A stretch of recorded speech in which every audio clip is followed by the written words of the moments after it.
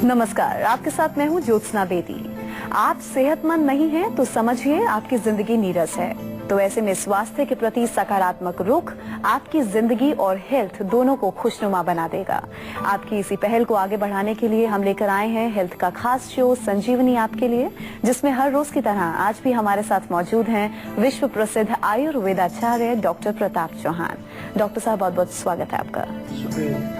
शरीर में शुगर की अधिकता यानी डायबिटीज से तो आप सभी परिचित होंगे ही, लेकिन आज संजीवनी में हम एक ऐसी बीमारी की बात करने वाले हैं जो शुगर की कमी के कारण होती है। आपको बता दें कि शुगर हमारे शरीर के लिए ईंधन का कार्य करती है, लेकिन अगर शरीर में इसकी कमी हो जाए तो क्या होगा, इसके बारे में हम डॉक्टर साहब से जानकारी लेंगे। आइए डॉक्टर चौहान से हम जानते हैं वो कौन सी बीमारी है जो खून में शुगर की कमी की वजह से होती है और इससे आप कैसे बच सकते हैं। इसके साथ ही संजीवनी टिप्स में हम डॉक्टर साहब से जानेंगे अनार के छिलके के 5 फायदे कौन कौन से हैं इस बारे में। लेकिन आइए उसकी कमी से कौन कौन सी आपको बीमारियां हो सकती हैं।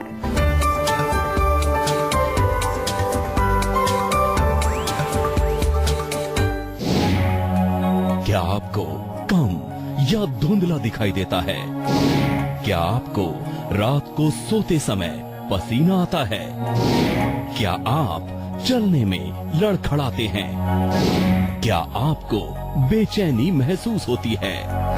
तो हो जाइए अलर्ट, कहीं आपको शुगर की कमी तो नहीं।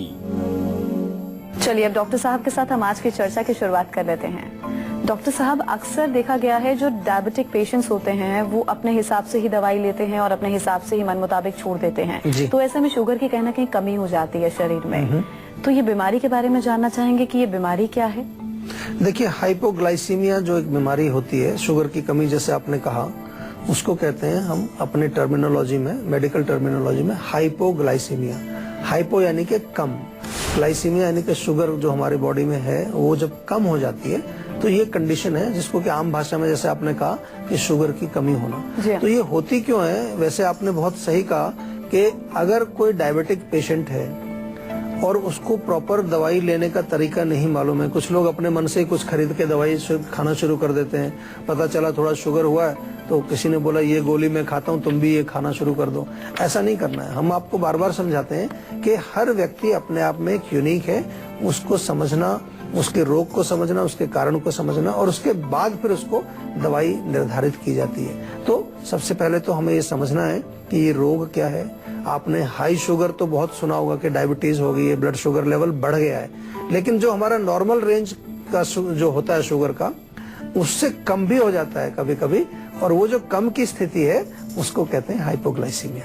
अच्छा डॉक्टर साहब, ये भी बताइए कि शरीर में शुगर की कमी हो जाने की असली वजह क्या है? देखिए, उसका मेन कारण तो होता है कि जैसे डायबिटिक जो दवाई खाते हैं आप लोग, डायबिटिक दवाई अगर प्रॉपर नहीं आपको मालूम है, ओवरडोज उसकी हो जाए, ये उसका बड़ा सीधा सा और सिंपल सा कारण है जो समझ में आता है। लेकिन कभी कभार कुछ दवाइयों के साइड इफेक्ट्स भी होते हैं, ये हमको सबको मालूम है, तो उसके कारण भी जो है ये हो जाता है। इंसुलिन वाले पेशेंट खास तौर से जो इंसुलिन लेते हैं, इंसुलिन की क्वांटिटी थोड़ी ज्यादा रह जाए, उतना शुगर उसको नहीं मिलता अंदर, तो ब्लड शुगर लेवल आपका लो चला जाता है। कई बार आपको अपनी वो जो डोज है वो एडजस्ट करने में समय लग जाता है, कई दिन लग जाते हैं उसमें। तो ये एक इसका मूल कारण है। इसके अतिरिक्त जो है कुछ और कारण भी हैं। कुछ लोग ज्यादा फास्टिंग करते हैं। आजकल कई बार देखा कि वो मील्स स्किप कर दिए, लंच नहीं खाया, खाना नहीं खाया, काम करते रहे, तो उसके कारण भी हो सकता है। फास्टिंग करते हैं आप, उसके कारण भी शुगर आपका लो हो सकता है। अगर अल्कोहल का सेवन बहुत ज्यादा करते हैं उसके कारण भी ये होता है। लिवर की प्रॉब्लम अगर आपको कुछ है, किडनी की कोई प्रॉब्लम है, उसकी वजह से भी हाइपोग्लाइसीमिया आपको हो जाता है। तो ये तमाम कारण है, लेकिन इनमें मुख्य कारण वही है कि डायबिटिक पेशेंट यदि आप हैं और डायबिटीज की दवाई आप खा रहे हैं और दवाई का डोज कहीं जो है वो उल्टा सीधा थोड़ा ज्यादा हो जाए, तो उसकी वजह से आपका हाइपोग्लाइसीमिया हो जाता है। कोई बहुत खतरनाक कंडीशन नहीं है।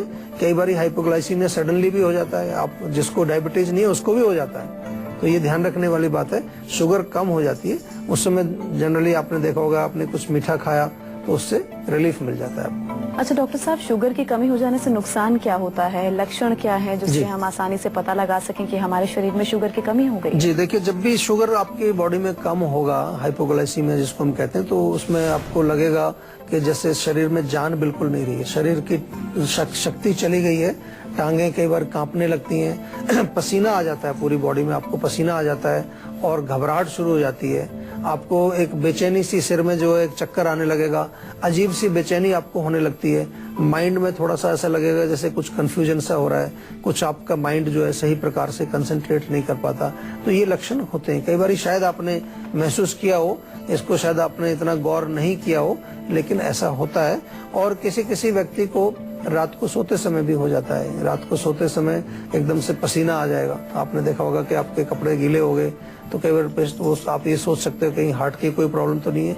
लेकिन अगर हार्ट में कोई पेन वगैरह नहीं है, चेस्ट में पेन नहीं है, तो जरूरी नहीं है, हो सकता है वो आपको शुगर लो हो गई हो, उसकी वजह से भी हो सकता है। अच्छा डॉक्टर साहब, बड़ों में तो हम आसानी से पहचान सकते हैं कि शरीर में शुगर की कमी हो गई है, टेस्ट के थ्रू या जैसे भी पता लगाया जा सकता है, लेकिन छोटे बच्चे को उसके शरीर में शुगर की कमी हो गई है, ये जान पाना कहीं ना कहीं मुश्किल होगा। बिल्कुल, देखिए छोटे बच्चों में भी कई बार ये समस्या देखने को मिलती है और उसमें तो बच्चा बोल भी नहीं पाता कि उसको क्या हो रहा है, तो ये आपको देख करके अंदाजा लगाना पड़ेगा। तो कई बार आप देखेंगे कि बच्चा जो है बिना वजह जो है रो रहा है, कोई कारण नहीं है, या चिड़चिड़ा हो गया है बच्चा, काफी बहुत सुस्ती आपको लगती है, उसके जो नॉर्मल जो उसका एक रूटीन में आप देखते हैं कि चुस्ती फुर्ती है, लेकिन अब कुछ सुस्त लग रहा है, या त्वचा में कहीं उसको थोड़ा बहुत आपको येलोइश नजर आ रहा है, पीलापन आपका नजर आ रहा है, तो इस तरह के लक्षण अगर हैं तो हो सकता है कि उसका शुगर लेवल थोड़ा सा लो है। क्योंकि जो शुगर है हमारी बॉडी में, जिसको कि हम ग्लूकोज के रूप में हमारे शरीर में वो बनती है, जब जो भी हम कोई खाते हैं तो ग्लूकोज में कन्वर्ट होता है, वो हमारे शरीर में शक्ति देने का काम करती है। शरीर को भी शक्ति देती है, हमारे ब्रेन को भी शक्ति देती है। और जब जब ये शुगर कम होगी तो शरीर और माइंड, हमारा जो है ब्रेन, दोनों में ही हमारे वो कमजोरी या सुस्ती नजर आएगी आपको। मेरठ से हमारी दर्शक मीना फोन लाइन पर जुड़ी है, उनसे बात कर लें। जी मीना जी, आप पूछ सकते हैं, क्या पूछना चाहते हैं? हेलो, हाँ जी, नमस्कार। नमस्कार जी। हाँ जी सर, मेरे को शुगर की प्रॉब्लम रही है पिछले 10 सालों से। अच्छा जी। हाँ जी, लेकिन अभी क्या है कि मैं अंग्रेजी दवाइयाँ तो ले रही एक टाइम, लेकिन अभी दिक्कत ये हो रही है कि शुगर बिल्कुल ही डाउन हो जाता है। हाई तो नहीं होता बट डाउन हो जाता है, कभी 60 हो जाता है, कभी 68 हो जाता है, और उससे मुझे बिल्कुल ही मतलब वीकनेस शुरू हो जाती है। नहीं, देखिए ये तो आपको जो है थोड़ा ध्यान रखना पड़ेगा। Low sugar is also very dangerous, ऐसा उसको लाइटली मत लीजिए। शुगर लो हो जाए तो बॉडी के जितने भी हमारे जो ऑर्गन्स हैं, जो सिस्टम्स हैं, उनको एनर्जी कहाँ से मिलती है? तो एनर्जी ग्लूकोज से ही मिलती है। तो ये आपको, अगर आप डायबिटिक पेशेंट हैं और ये समस्या आपको बन रही है, तो सबसे पहले तो अपनी जो आप डायबिटीज की दवाई ले रहे हैं उसको थोड़ा सा अपने डॉक्टर से मिलकर चेक कराइए। उसकी डोज भी शायद आपको कुछ कम करनी पड़ेगी, क्योंकि डोज अगर ज्यादा जा रही है तो वो एक सबसे सिंपल कारण यही माना जाता है कि ज्यादा डोज ले रहे हैं आप और उतनी आपको जो है बॉडी में शुगर कम करने की रिक्वायरमेंट नहीं है, शुगर उतनी नहीं है, तो जो शुगर मौजूद है उसको डाउन कर देती है। और इसके साथ साथ थोड़ा सा ध्यान रखिए, एक छोटा सा नुस्खा भी मैं आपको बताता हूँ जिसको कि आप सेवन कर सकते हैं, आपको काफी लाभ मिलेगा इससे। हमारे यहाँ जो मुलेठी होती है, मुलेठी का जो है पाउडर बना के रख लीजिए आप, और आधा चम्मच सुबह, आधा चम्मच शाम को मुलेठी का चूर्ण आप खाना शुरू करेंगे, उससे बहुत रिलीफ मिलेगा आपको। चलिए, अब बारी है आज की संजीवनी की, जिसमें डॉक्टर साहब आपको बताएंगे कि अगर आपके शरीर में भी शुगर की कमी हो जाती है तो उस दरमियान आपको क्या कुछ करना चाहिए।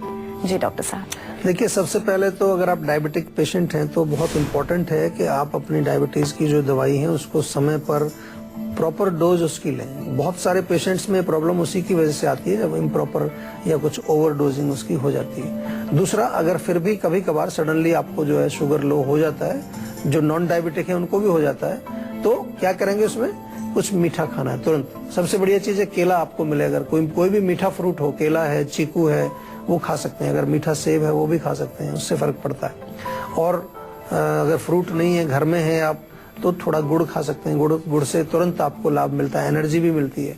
बहुत इंपॉर्टेंट ये भी है कि डोंट स्किप योर मील्स। अगर आपको ये प्रॉब्लम बार बार आती है तो टाइम से खाना खाइए और प्रॉपर गैप उसमें होना चाहिए। अगर हाइपोग्लाइसीमिया वाले पेशेंट्स को जनरली सजेस्ट किया जाता है कि small meals but more frequently, थोड़ा थोड़ा खाएं और थोड़ा टाइम गैप बहुत लंबा ना करें उसमें, और स्किप तो नहीं करना है बिल्कुल भी मील्स। दूसरा जो है, फिजिकल एक्टिविटी बहुत अच्छा फायदा करती है इसमें। अगर आप थोड़ा सा एक्सरसाइज करें, व्यायाम करें, प्रॉपर स्लीप आपको होनी चाहिए। अगर नींद अच्छी नहीं आएगी उसके कारण भी कई बार इस तरह की प्रॉब्लम देखने को मिलती है। या फिर जो है, आपको ध्यान रखना है कि जो भोजन आप करते हैं, भोजन में आजकल एक थोड़ा सा ट्रेंड चला हुआ है कि लोग बिल्कुल भी कार्बोहाइड्रेट, मीठा, ये चीजें बिल्कुल नहीं खाते हैं। तो वो एक बैलेंस हमारे बॉडी का नहीं बन पाता है, बैलेंस बिगड़ जाता है। बहुत सारे लोगों को मैंने देखा है कि वो थोड़े से ज्यादा, मैं कहूँ तो फेनेटिक हो जाते हैं कि मेरे को बिल्कुल चीनी तो देखनी नहीं है, मुझे चीनी बिल्कुल नहीं खानी। चीनी को तो लोग समझते हैं कि पता नहीं कोई पॉइजन है क्या, वो या मिठाई नहीं खानी है, तो उसके कारण भी होता है। तो थोड़ा बैलेंस डाइट आपको लेनी चाहिए।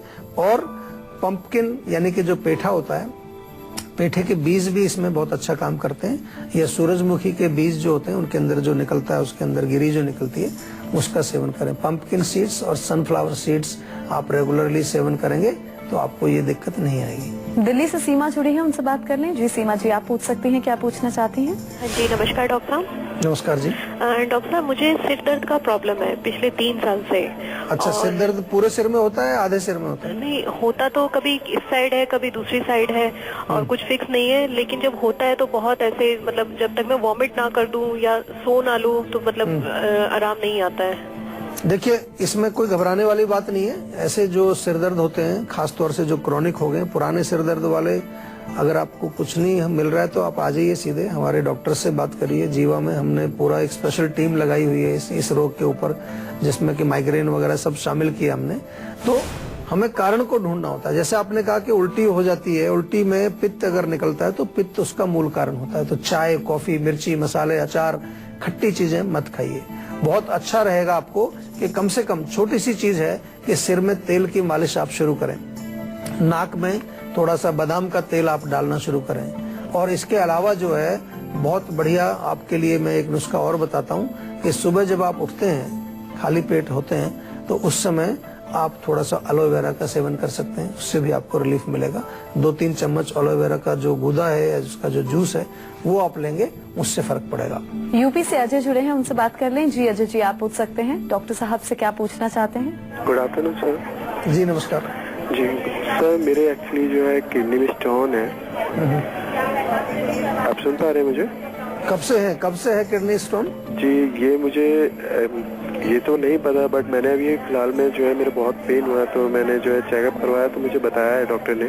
अच्छा जी, तो इसमें देखिए, अभी कुछ आपने इलाज शुरू किया है उसका? नहीं, अभी फिलहाल तो नहीं किया है, क्योंकि थोड़ा हेजिटेशन भी और थोड़ा डर भी है। नहीं, डरने की बात नहीं है। किडनी स्टोन बड़ी कॉमन सी प्रॉब्लम है, बहुत लोगों को स्टोन बनते हैं। करना क्या है आपको, पानी पीजिए, कम से कम 2 लीटर पानी रोज पीजिए, नारियल पानी पीजिए, तरबूज बहुत अच्छा काम करता है, खीरा अगर मिलता है ताजा तो खीरा भी खा सकते हैं।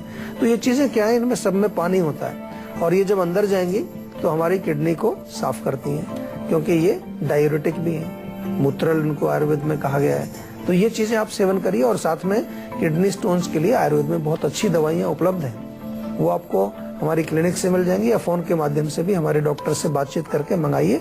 2-3 महीना इसका सेवन करो, उसके बाद फिर एक अल्ट्रासाउंड निकाल के चेक करेंगे कैसी स्थिति है। मुझे उम्मीद है कि आपको डेफिनेटली फर्क पड़ेगा, आपका जो स्टोन है वो जल्दी से जल्दी निकल जाएगा। चलिए अब रचना से हम बात कर लेते हैं, हमारी अगली दर्शक जुड़े हैं। जी रचना जी, आप पूछ सकते हैं, क्या पूछना चाहते हैं?